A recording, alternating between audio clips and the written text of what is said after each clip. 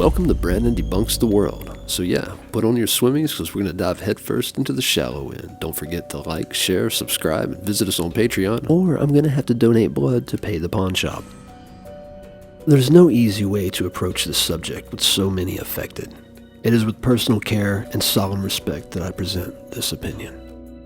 The war on drugs has been and always will be an unwinnable war. It is too far ingrained in the human as well as animal nature. We are curious creatures that look to expand, alter, and experience new perspectives and perceptions. And some just like to escape the harsh hellscape that has become our reality. In the ancient past, around 1970, the threat of overdose was only a reality if one knew what was being ingested and was forewarned of the risk. You knew heroin was dangerous. You knew it could kill. You knew that Quaaludes beer and a Trans Am didn't mix.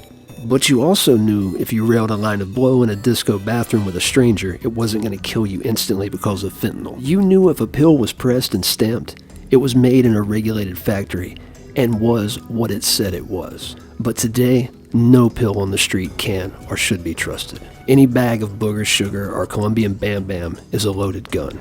The dabbling we and our parents' parents did is now Russian roulette. The culprit is an evasive one, with such small amounts leading to pulmonary paralysis, unconsciousness, and death. It is an invisible assassin. The student who takes half an Adderall from a friend to study for the big exam is found dead the next morning. The brother whose sister got him some coke to try for his bachelor party is now dead on a bathroom floor. This isn't some random accident.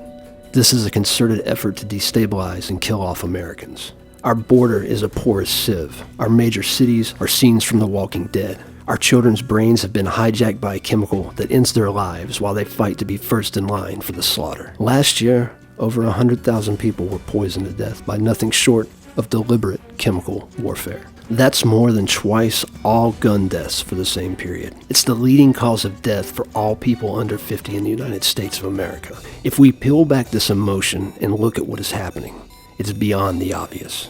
Our own law enforcement has been neutered and crippled within the cities. The DEA knows what to do but refuses. The Mexican government is complicit and overrun with corruption from the top down. We could, with joint operations working with the Mexican military and law enforcement, in a concerted effort to eliminate the cartels and production operations. But still yet, a bigger dragon lurks, a dragon we should probably chase this time.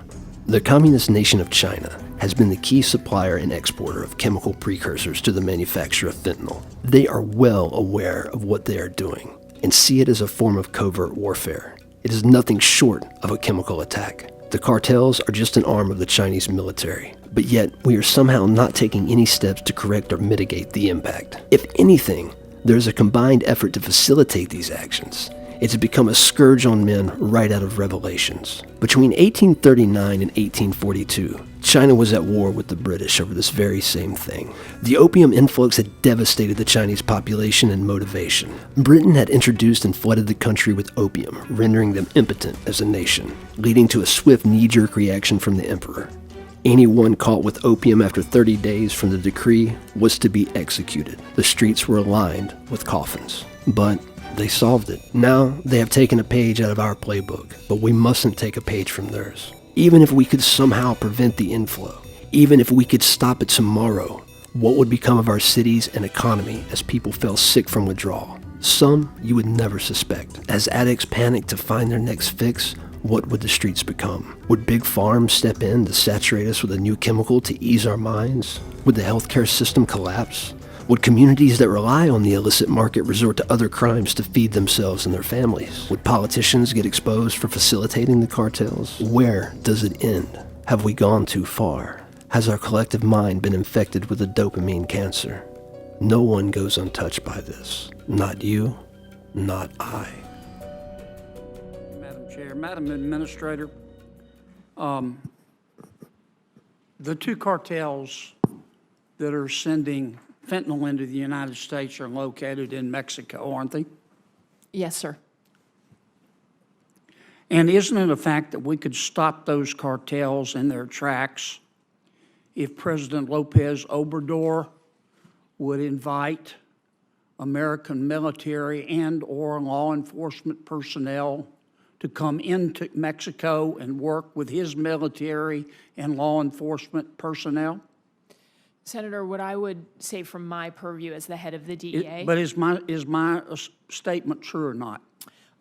what I would say is that we're focused on the two cartels, who we believe are doing exactly what you say. They are responsible for the fentanyl Let coming me into ask the you United again. States. If President Lopez Obrador invited the American military and/or American law enforcement officials to come into Mexico to work with the same in Mexico, we could stop the cartels, could we not? Senator, I believe this is a whole of government effort and has to be, including whether it's the military, us, FBI, Now, and others. Madam Administrator, I've listened to you here for almost an hour telling us how bad fentanyl is. Thank you for that, but we know. Yes, sir. I'm going to ask you a third time.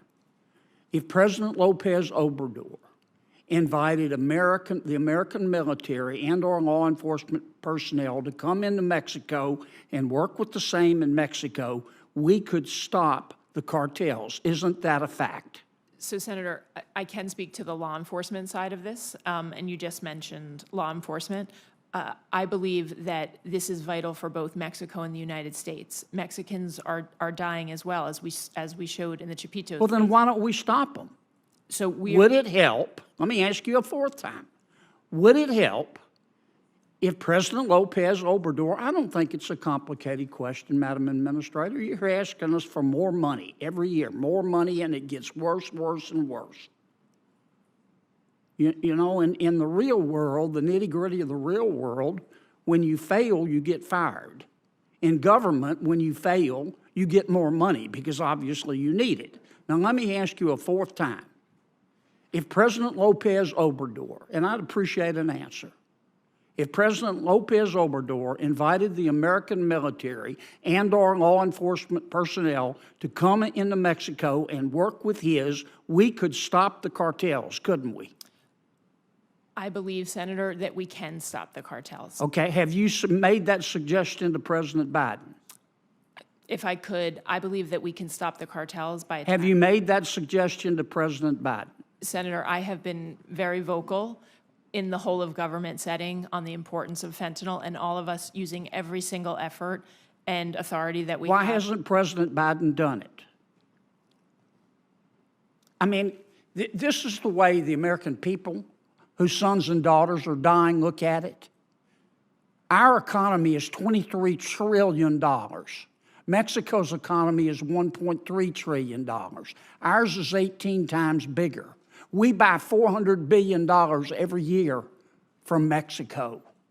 Without the people of America, Mexico, figuratively speaking, would be eating cat food out of a can and living in a tent behind an outback.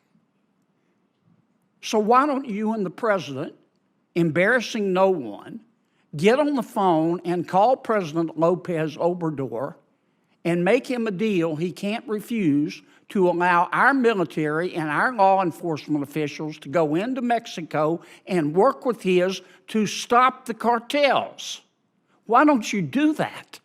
Senator, what I am doing every single day is working with the incredible men and women of DEA who are risking their lives across 334 offices worldwide. And I appreciate that, but you're not doing what would work. Why won't you do what will work? Senator, we are. Why don't you call the president this afternoon and say, Mr. President, let's call President Lopez Obrador privately and make him a deal he can't refuse. Because we both know that President Lopez Obrador has neither the ability nor the will to stop the cartels. But yet we go along and pretend that they're our friends, and Mexico is our friend. But he has criminal organizations that are killing our people, and you know how to stop it, and the president does. And you're not doing it. Senator, we are working every day to stop it. But you're not doing what would stop it. We are transforming, and we are working in countless ways across the globe to do what needs to be done for the American people. And there is nothing that the men and when women... it's important to you, you make it happen. When it's not important to you, you make an excuse. Thank you for watching Brandon Debunks the World. Remember to like, share, subscribe, and check us out on Patreon, or not. It's your call, no pressure. comment down below, give us some ideas for more shows, or just vent from the safety of your basement about how wrong I am with no repercussions or, real world consequences.